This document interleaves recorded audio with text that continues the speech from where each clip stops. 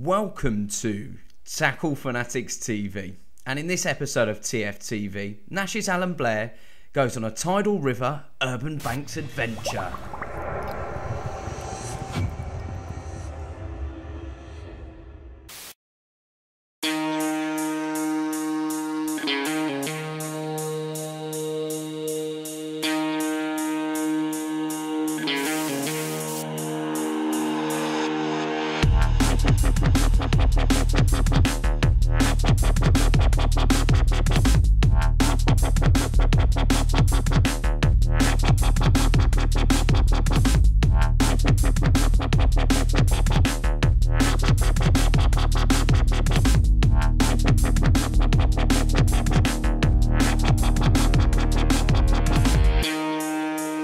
Well, that was a mission today. Tidal rivers. Check this out.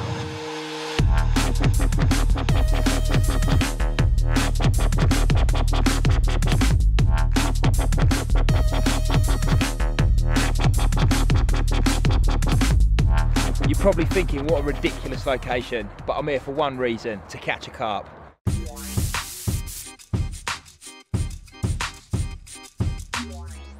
This is the River Crouch. It's like all the sort of urban locations, extremely interesting, very different, and varies from day to day. The stock of fish, who knows where they come from? There's a number of commercials and syndicates that run the full length and breadth of the River Crouch, and I suppose over the years, when the river's flooded and stuff and the lakes have flooded, the fish have sort of crossed over and managed to make their way in here. And this is now their natural environment, and they're very happy here, you know. Personally, I've had them to sort of mid-doubles, but I know other guys that have had them to around the sort of mid-20 mark, so a very, very impressive fish from such a small and unique venue. What makes this extremely different and interesting is not only is it a river, but it's tidal. That means twice a day the tide rises and drops back down again as the sea washes in and out, bringing in with it salt water and some other species, things like flounder, mullet, eels. All in all, it makes for a real different and varying venue. Anyway, the tide's on its way out, and this is a great opportunity for me to have a real good look at the river, locate any sort of snags, structures, obstacles, and place my rig ready for those fish that move into the area. The reason I've picked this particular spot and not somewhere else up and down the length of the river is because of this bridge. As you can see, this is a big structure. When the builders and the constructions team came in here to sort of build this, they excavated this area out slightly deeper than everywhere else, and this makes a natural sort of food larva holding point for the fish. It's also a little bit deeper, so they feel a little bit more safe here. So I'm going to start off the session here, get a couple of rods out, and let's see what happens.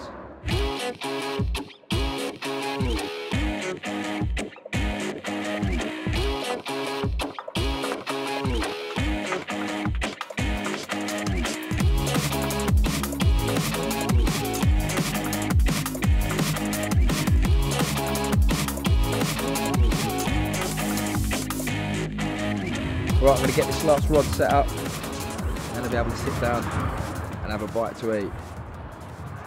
The rods I'm using today are particularly short. You know, normally I'll be out with a 12-foot rod, or sometimes in extreme circumstances I might use 13, but today I'm using a 9-foot rod, and the main reason for this is because I'm fishing underneath this road bridge. First couple of times I came down here and fished, I came down with 12-foot rods, and it is an absolute nightmare. When you do hook a fish, you're trying to play it, and it's just chaos. The fish scrap really hard because the water's particularly shallow anyway, and that coupled with a tip scratching along the surface of the bridge, it just weren't the one. So I've gone for nice short rods for sort of easy use. You know, I'm not casting very fast, just an underarm flip. Something else that's really important, I mentioned when I first got here, is this particular bridge. Like lots of bridges, it's used for fly tipping. You've got geezers pulling over in their motors, chucking all the stuff off the back of their transits. So down here you've got tyres, you've got road cones, you've got road signs, you've got big bits of metal structures, concrete, everything. It really is a bit of a minefield, so I'm going to have to use some form of snag leader. I've opted for a 25-pound fluorocarbon leader, and I'm just going to use that to act as a real point of abrasion if I do manage to hook against any of these sort of sharper objects that are down there. Coupled that, I'm going to use a running rig. That's because, again, as I mentioned earlier, there's a lot of smaller fish in here, mullets, flounders and eels, and they tend to want to pick the baits up a lot and move about with them, and if I fish with a big heavy fixed lead, I'm not getting that indication, and there can be circumstances where one of these will pick the bait up. I'll never know it's hooked until I reel in at the end of the session and I've wasted a chance on that rod. So I'm using a running lead to maximise my indication.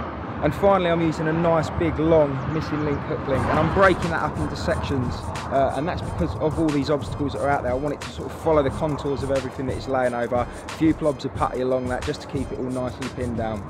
Anyway, I'm going to get this rod set up, and you can see what I'm doing.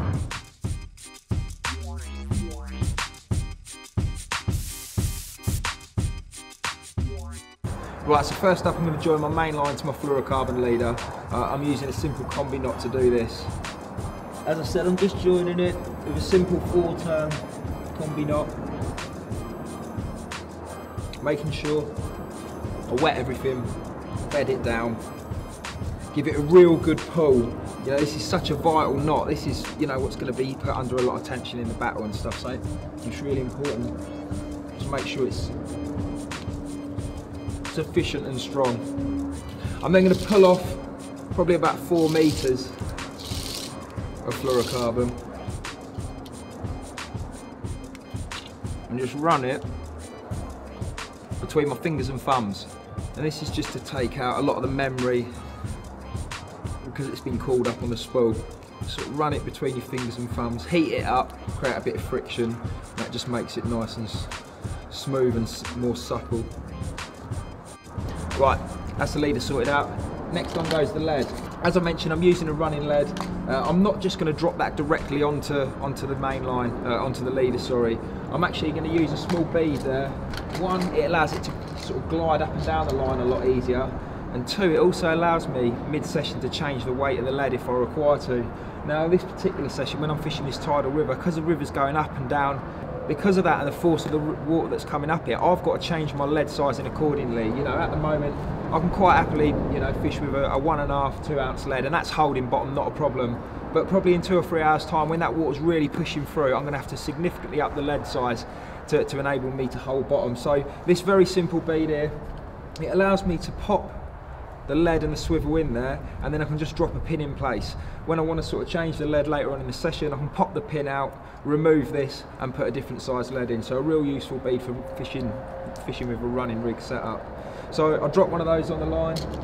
Next up is just a simple bead that will protect my swivel, and just sort of neaten the whole setup. And then I'm just going to tie onto here a swivel.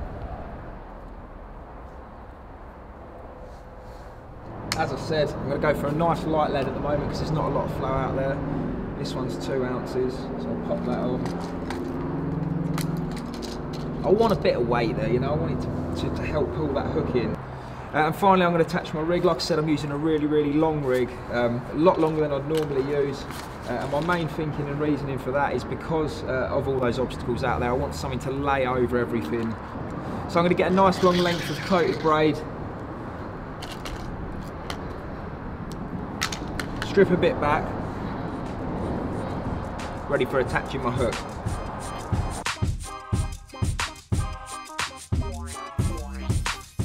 So on a couple of the rods I've got standard sort of 15mm bottom baits, but the bait that really does tend to catch the fish and catch a fish a lot quicker is maggots or worms. This particular rig I'm going to tie up now, I'm going to tie up as if I was fishing a worm rig. Tie a knotless knot, laying it along the shank, whip up the shank 8 times, back over a couple of times and down through. I'm using a size 8 Fang X, and I'm just going to put a little sort of kicker on the end of there just to help turn that hook. Cut this off, nothing complicated, nice and simple. Because I'm travelling light, I haven't got a stove with me, a stove and any water or anything. Normally I'd use a little bit of shrink tube, but in circumstances like this, a tiny little hook link sleeve, if you just snip 5mm, 7mm off the end, whack that on the needle, slide it down the hook link,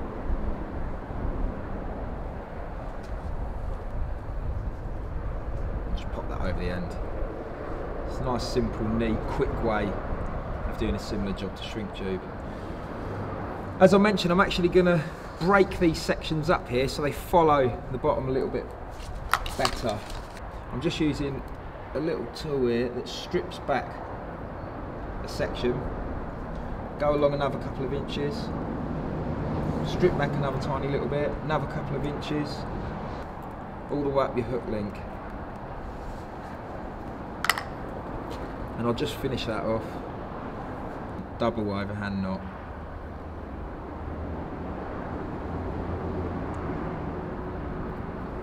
Pull it down. Do a bit of putty. Spread that out along the length.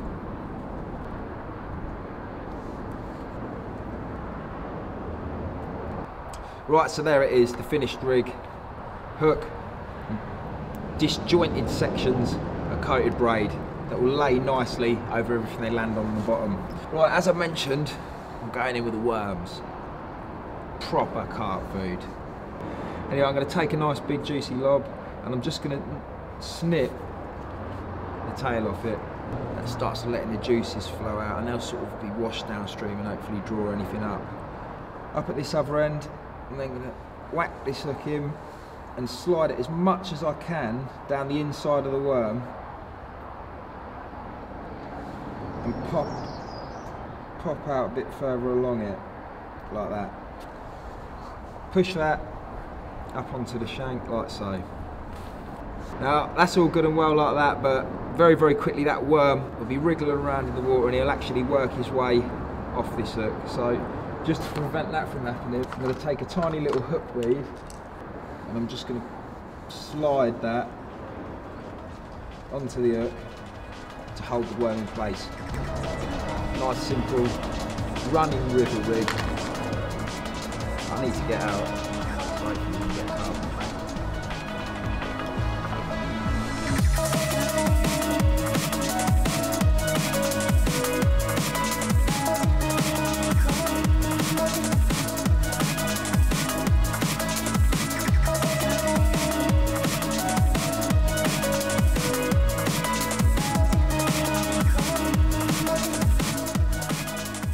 I've had the rods out now for a couple of hours and we've not even had an indication.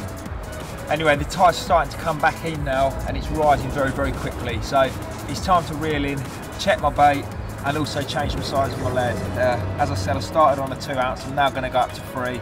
Going to give it an hour, another probably hour, hour and a half and then I'll have lost the light and that'll be the end of the day session. So this is it.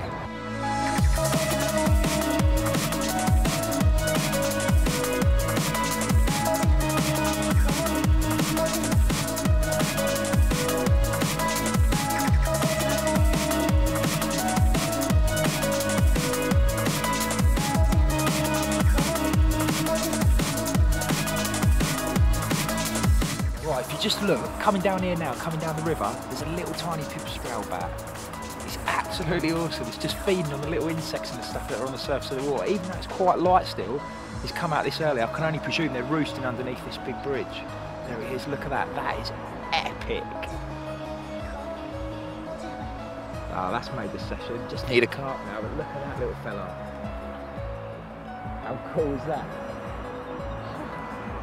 Seriously cool. See it just skimming the surface of the water, picking up tiny, tiny little insects.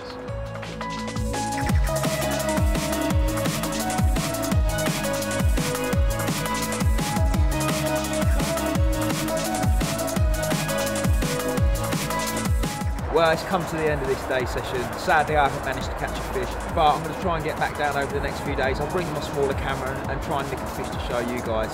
Anyway, we'll leave it for today. Watch this amazing sunset, get the rods in, and hopefully I'll see you soon at the park.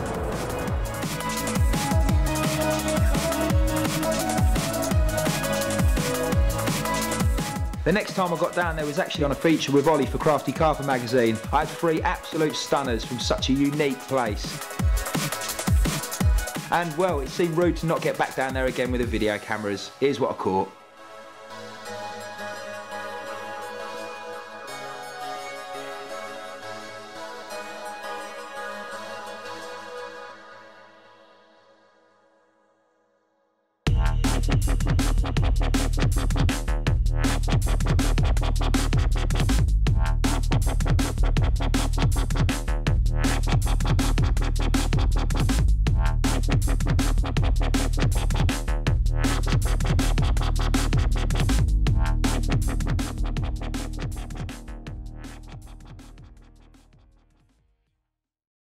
You've been tuned into Tackle Fanatics TV and many thanks for watching. Tackle Fanatics are a full Nash stockist and offer their complete range at the best prices around. If you've seen a price somewhere better, call us on 0208 949 3307 and to view our range log on to www.tacklefanatics.co.uk. Remember, Tackle Fanatics also offer finance to make your tackle purchase more affordable. Tight lines from everybody at TFTV.